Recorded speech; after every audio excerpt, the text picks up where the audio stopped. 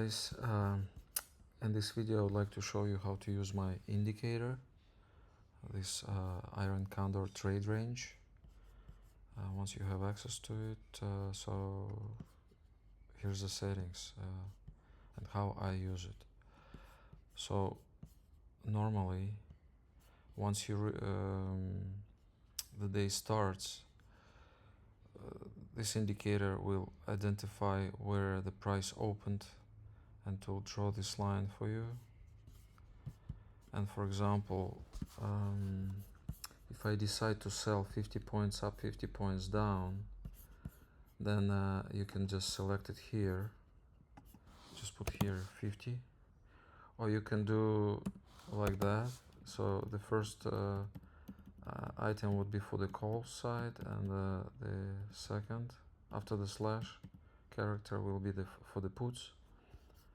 So this way you can just adjust how you want it. For example, today was a falling day, so normally there is a tendency to go more up, so you can sell like 50 points up and 30 points down, because we already have like 132 points drop. And also you can see here that in 2 days we will have FOMC meeting about the rates, and this will also give you some kind of alert which you may utilize. Say, oh, I'm gonna skip this day, so I'm gonna monitor, I'm gonna be extra careful how I trade these days. So this is very helpful. So let's go by settings. So this one, the first one, is just simply show, not show this these borders of which calls or puts you want to sell. This is daily open, if you want to make it visible or not. This one simply removes the display of these labels if you don't need it. Show FOMC days. This will highlight the days and 2 days prior FOMC. For example, it's highlighting right now. If you remove it, it's not gonna do anything. It will just disappear. Since I normally use this indicator only on SPX, and sometimes I go and switch to other asset classes, so I put this check mark so it doesn't show me on other, like for example, if I go to, like, let's say Tesla, it will just not show it. It will show me like the opening price here, but that's it. It's not gonna show me more. So let's go back here. So for example, so this self-explanatory, this will highlight the end of the month, trading days, highlight safer to close days. I use this option. This will tell me is it likely to expire, the options, or I better close it like in the middle of the day.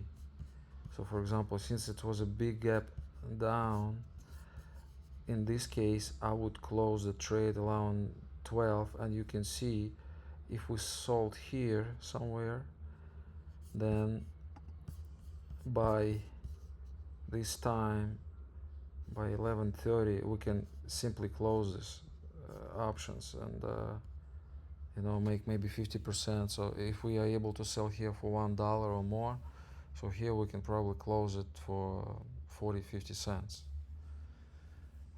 Depends on the volatility and the price.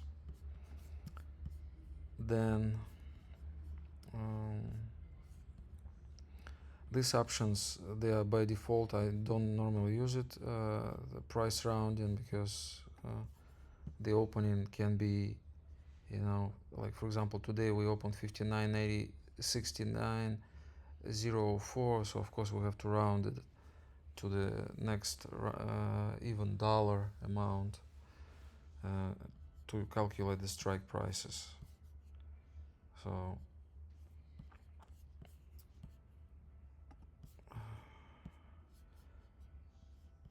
This is the verticals. I'm selling normally five points verticals, but if you sell on other asset classes like $1 verticals or $10 verticals, so you can just adjust it here, and what it will do, it will just show you adjusted prices. So for example, you can sell 620 by 630 calls, 5940, 5930 puts, for example, right, to collect more money. So that is where you change that, or you can just leave it by default, or put 0. It will just default it for this SPX to 5 points, for example. This one, gap points for safer to close days, you can adjust, you can look at the history, and you can see how the price were behaving based on the gaps. If we have huge gaps, and is it better to close the trade in the middle somewhere without waiting for it to expire. So I find it's like 25 points. If we gap up or gap down, I better have tried to close this trade instead of keeping it the same, because if we don't have much gap, most likely we will just deviate somewhere in the similar range than the previous day, and it will be fine. Let's go next. Expected move. This is something that you can utilize just to see how much price we may go up or down. If you put 0 here, it will recalculate based on the volatility. Look back, it will take 380 bars of candles. It will choose the time frame 120, 2 hours time frame, and this is just how much to extend to the side, 5 bars. So you can utilize this, or you can, if you know the expected move, you can just hard code it here. You can say, okay, I see that, like if your brokerage account shows on SPX the move is expected move like 23 points, so you can just update it here. It will just recalculate and show you more or less where we are. It doesn't mean that the price cannot go higher. It's just most likely scenario will stay within this range for the next 2 hours. That's how I interpret it, and more or less that's how it was. So, or you can just disable it and it's not gonna show you anything.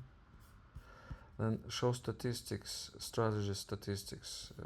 This table, if you select it, what you can do, you can run your analysis, for example, from September 2024, and if you don't put the end date, it will just up to today.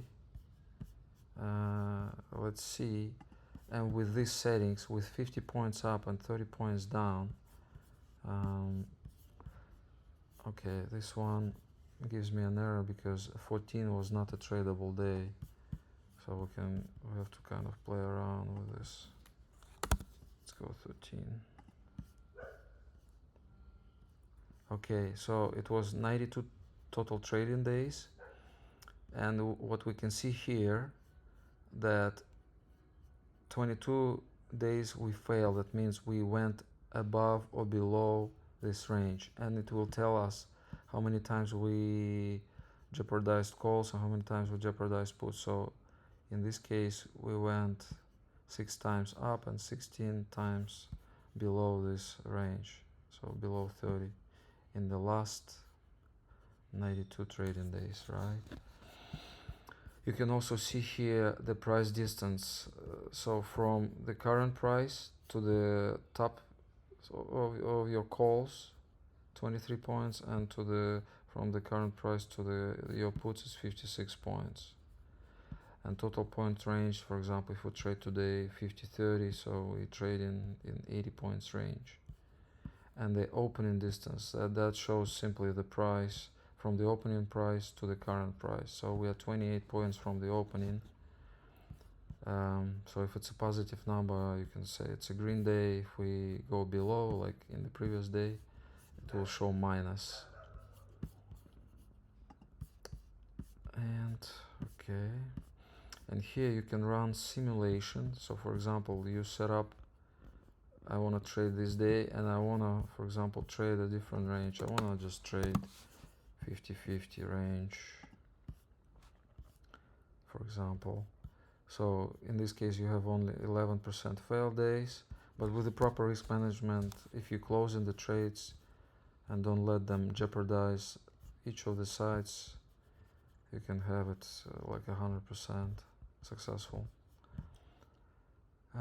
Of course you never know, it's always you have to just follow your risk management.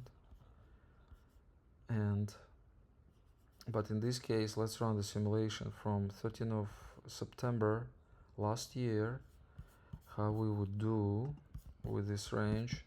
And let's say we start with 25,000 and we sell 50 contracts. We sell the verticals, 5-point verticals, so that will calculate our risk taken.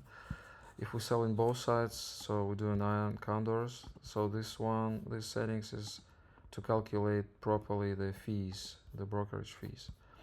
And if we on average opening credit, we get in $1 trading this range, which means basically you can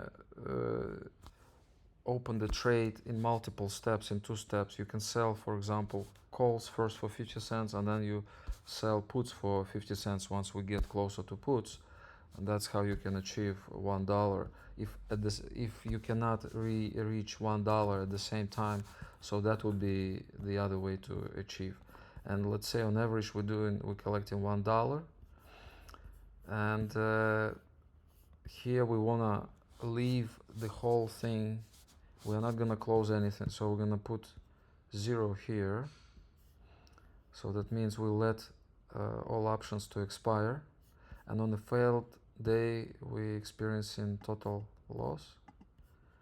Means the spread is worth $5 at the end of the day, the failed one.